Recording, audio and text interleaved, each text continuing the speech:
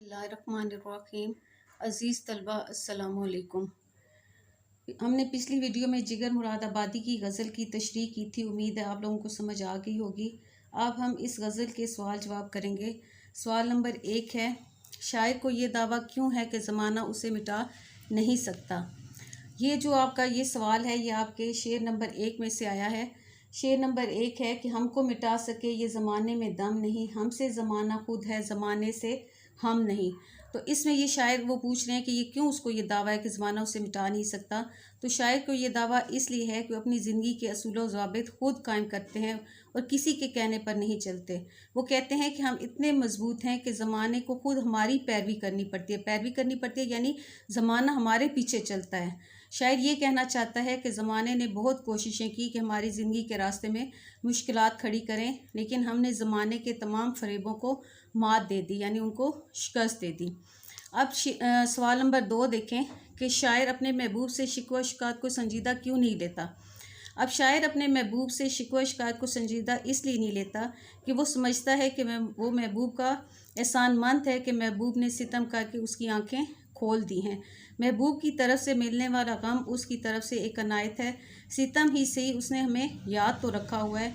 वो कहते हैं कि मैं तो उनका एहसानमंद हूँ कि उनकी बेवफाई कम अज़ कम मुझे राह रास्त पर ले आई है। अब ये जो सवाल नंबर 2 है ये आपके शेर नंबर 4 में से आया है कि शिकवा तो एक शेर है लेकिन हकीकतन तेरा सितम भी तेरी अनायत से कम नहीं। तो ये जो सवाल है आपको चूँकि वहाँ पेपर में भी ऊपर शेर लिखे हुए होंगे, आपको तशरीह आती होगी, तो आप शेर का जो है सवाल का जवाब जो है वो तशरीह में से भी खुद से भी लिख सकते हैं। ठीक है, अब देखें सवाल नंबर 3, शायर क्यों चाहता है कि किसी की आंखें अश्क-रेज़ ना हों।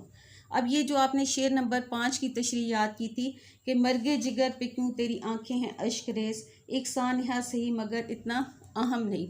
ये उसमें से सवाल का जवाब है कि शायर क्यों चाहता है कि किसी की आंखें अश्क-रेज़ ना हों। तो शायर महबूब की तरफ से अपनी बेकदरी और सितम ज़रीफ़ी का ज़िक्र तंज़ी अंदाज में करते हुए कहता है कि मेरे मरने की खबर सुनकर आंसू मत बहाना, क्योंकि मेरी मौत का वाक़या इतना अहम नहीं कि तुम इस पर अपने आंसू ज़ाया करो, क्योंकि जब मैं इस दुनिया में था तो इस वक्त तुमने मुझे हमेशा ठुकराया। ये शेर सवाल नंबर 3 था जो शेर नंबर 4 में से आया, सॉरी शेर नंबर 5 में से आया। अब सवाल नंबर 4 देखें, शायर के लिए कौन सी शय नेमत का दर्जा रखती है। कि शायर के लिए कौन सी शय नेमत का दर्जा रखती है। अलम व गम यानी जो दुख हैं, जो तकालीफ़ हैं, वो शायर के लिए नेमत का दर्जा रखते हैं। वो समझता है कि हालात की ठोकरें खाकर संभलने वाला ही असल इंसान है और ये ठोकरें नेमत खुदाबंदी से कम नहीं कि गम दुख इंसान को राह रास्त पर ले आते हैं, यानी गलतियाँ जो होती हैं वो इंसान को उनसे सीखने को मिलता है, उनसे सबक मिलता है ताकि वो आइंदा वो गलती ना दोहराएं। अब सवाल नंबर 5 देखें कि कवायद की रूह से इस गज़ल के दूसरे और तीसरे शेर की खूबी क्या है, वजाहत करें। अब कवायद की रूह से इस गज़ल का जो दूसरा शेर है उसे मतले सानी यानी हुस्ने मतला भी कहते हैं। सानी का मतलब होता है दूसरा, मतला जो होता है वो गज़ल का पहला शेर होता है जिसके दोनों मिसरे हम काफ़िया और हम रदीफ़ होते हैं।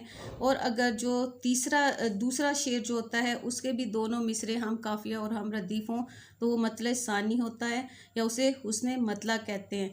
जबकि तीसरा शेर मतले सालिस है, सालिस तीसरे को कहते हैं।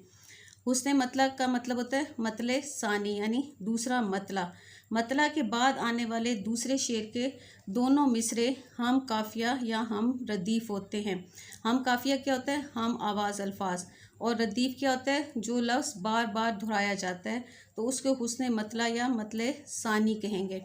अब मतले सालिस क्या होता है, मतले सानी के बाद आने वाला जो होता है तीसरे शेर के दोनों मिसरे भी अगर हम काफ़िया और हम रदीफ़ हों तो उसको मतले सालिस कहेंगे।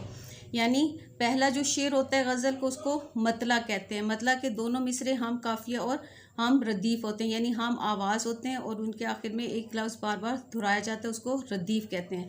अगर शेर गज़ल का जो दूसरा शेर होता है उसके भी दोनों मिसरे जो हैं वो हम काफ़िया और हम रदीफ़ हों तो उसके हुस्ने मतला या मतले सानी कहते हैं।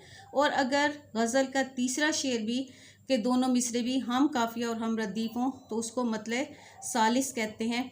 तो ये जो था ये आपका इस सवाल का जवाब था कि इस गज़ल के दूसरे और तीसरे शेर की खूबी क्या है। तो उम्मीद है आप लोगों को ये सारे सवाल जो अब इसके समझ आ गए होंगे। अगर आपको वीडियो अच्छी लगी है तो इसको लाइक करें, सब्सक्राइब करें, शेयर करें और कमेंट करें। अगर फिर भी आपको किसी चीज़ की समझ ना आए तो आप मुझसे कमेंट सेक्शन में पूछ सकते हैं।